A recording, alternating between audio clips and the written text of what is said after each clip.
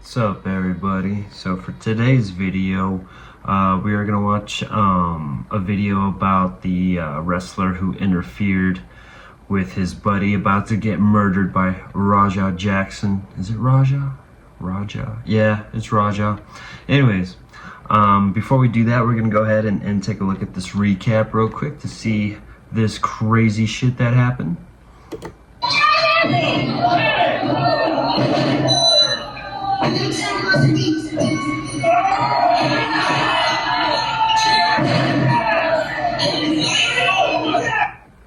Jesus Christ.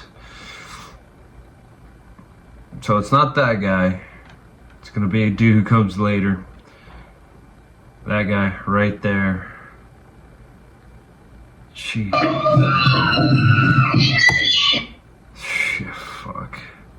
Alright, so that's the quick recap, guys. Let's go ahead and watch the video of that wrestler and what he's talking about here. He caught me right in the fucking goddamn orbital bone. I rolled out the ring to go fucking fight. That guy said, "Kim, I'm coming." And then everyone's holding me back. And he had already ran out of there. Already gone. And then the only person who fucking met him is a fucking crackhead with fucking face paint who's fucking begging for fucking clout for the fucking internet. Man, fuck that whole fucking night. There couldn't be anything more mismanaged in my fucking life than I saw that night. Let's get straight into it. So the Scaling Up podcast was able to score an interview with Doug Malo, aka the pink hair guy, and there's so much insider information, it's insane. One of the first and more important things that we find out is that AJ Mana is so much more involved than we thought. The fact that this had nothing to do with any of the storylines kind of shows that this was premeditated, right? I think the premeditation part comes on the side of AJ Mana. You brought somebody that was volatile, that you knew had issues. So real quick, that's the friend of Raja who brought him. I don't think that's just his friend. Come on. A fucking guy in a cowboy hat, cut off vest, and tidy whities. To the That's the small calves, small ass chicken legs bitch with the cowboy hat. I think the culmination between his dad picking on him and all his daddy issues came out and all the shit that AJ gassed up into his head. Because let me put it this way, I don't like Raja. I think Raja's a shit person for what he did. But I think AJ's a bigger shit person for gassing him up to be in that fucking ring, to leading him to ruin his own fucking life, to hurt somebody that AJ also has a fucking problem with. You can't tell me that's not, I don't believe in coincidence. He was basically trying to put the blood on someone else's hands. Exactly, because he's not going to do it himself. So just off of that clip, we find out that AJ Mana and Psycho Stu already had an ongoing beef or altercation going on. That little fucking thing with the can, that's all that set all this off, man. That's crazy. Outside of the wrestling gimmick, which gives so much context as to why AJ was so eager to tell Raja to give Psycho his receipt, even though they had just made up minutes prior. No one go chill out on there? No. So when you're running on his shit, you fucking give him his receipt. You remember what a receipt is? Give him that fucking receipt, go tag this shit. If they got a fucking problem with it, I'll fucking run out there. We also come to find What out the fuck does that mean? Was the gay cowboy also in on this shit? I mean, I don't think I would have said it like that. I mean, you know, I would have been like, all right, bro, I know he kind of disrespected you. So I'll give you the signal, you go in and just slam him and leave. But, no. I mean, if that dude got that pissed from a beer can to his head, I mean, what he should have done is at least slapped the dude. At least he didn't have to fucking kill him. that the reports that we were getting online about Stu's condition being up, alive, well, and talking were actually wrong, and he had suffered a lot more than what we thought. He was in a medically induced coma. He lost a lot more teeth than we thought. He's having trouble walking, talking, maintaining balance, remembering words, or having any kind of recollection of what happened that night, and he's had brain swelling that's been going down since this morning. What condition is he in right now, do you know? From what I hear, he's having a hard time. He has no recollection of what He was happened. in a coma overnight, right? Mm-hmm. Yeah, he was induced. Medically induced. And he's lost all his teeth at this point, I heard. Most of them.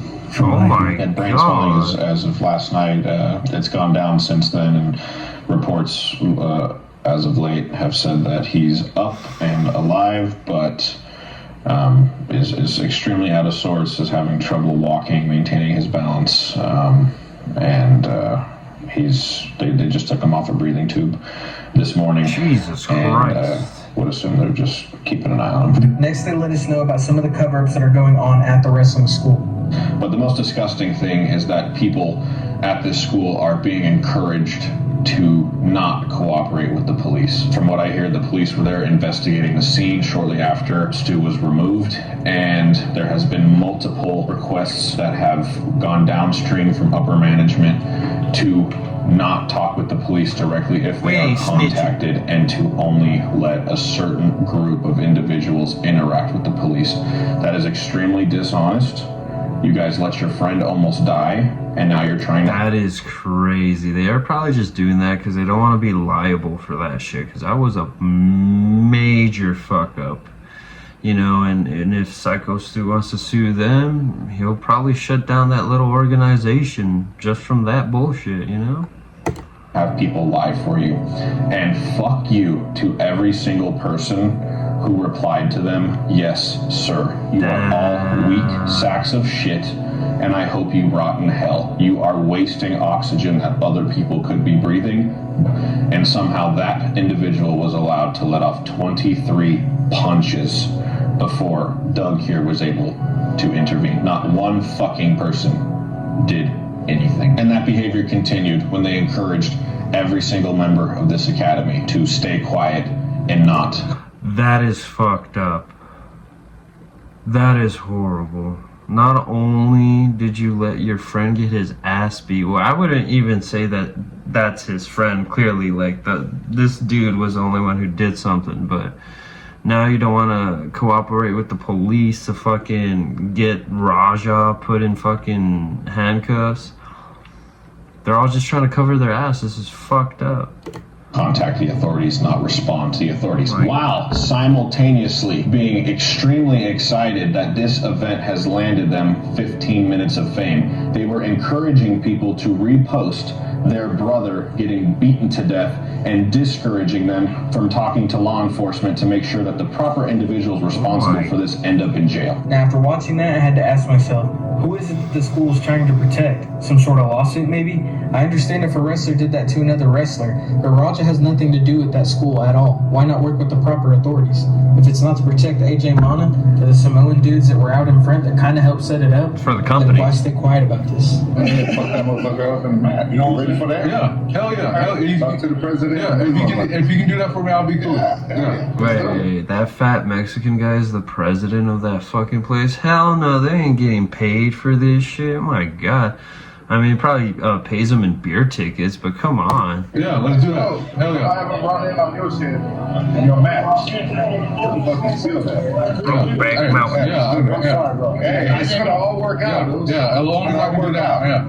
Yeah, It's gonna work out. I bet. Now, even if that was the case, these guys are setting up a crowd interruption that happens commonly in wrestling.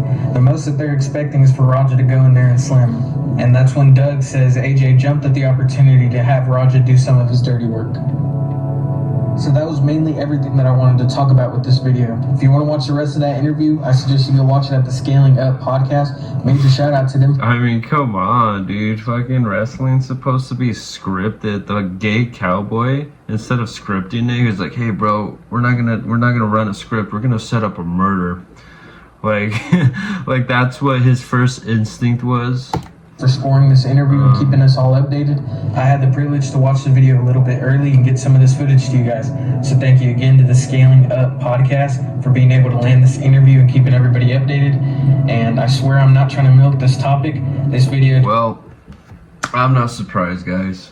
You get involved with a little, small, shady, shitty organization like that, trying to become a pro wrestler, and when shit hits the fan, of course they're going to try to cover their asses. They don't want to be shut down. So, I understand that, you know, but also their behavior is that is fucked up. Telling all your wrestlers to repost that so you could get, like, advertising, you know what I'm saying? Like, I'll be real here. Like, my first thought when this shit went viral was the main focus was the victim and Raja. I didn't fucking immediately think, oh my God, I need to look up this wrestling organization. It's so cool. That was the last thing on my mind. telling them to do that, I don't think it's really gonna help them. I don't think anyone likes this little shitty organization. Well, anyways, guys, I believe that is it. So that's the 2 cents for the wrestler that stopped it. Looks like a good dude, but other than that, we'll see what happens. I mean, I don't think I've heard Raja getting arrested or anything like that, so that's pretty crazy. It's already been like 2-3 days since this shit has happened. Alrighty, guys, we'll see what happens later. See ya.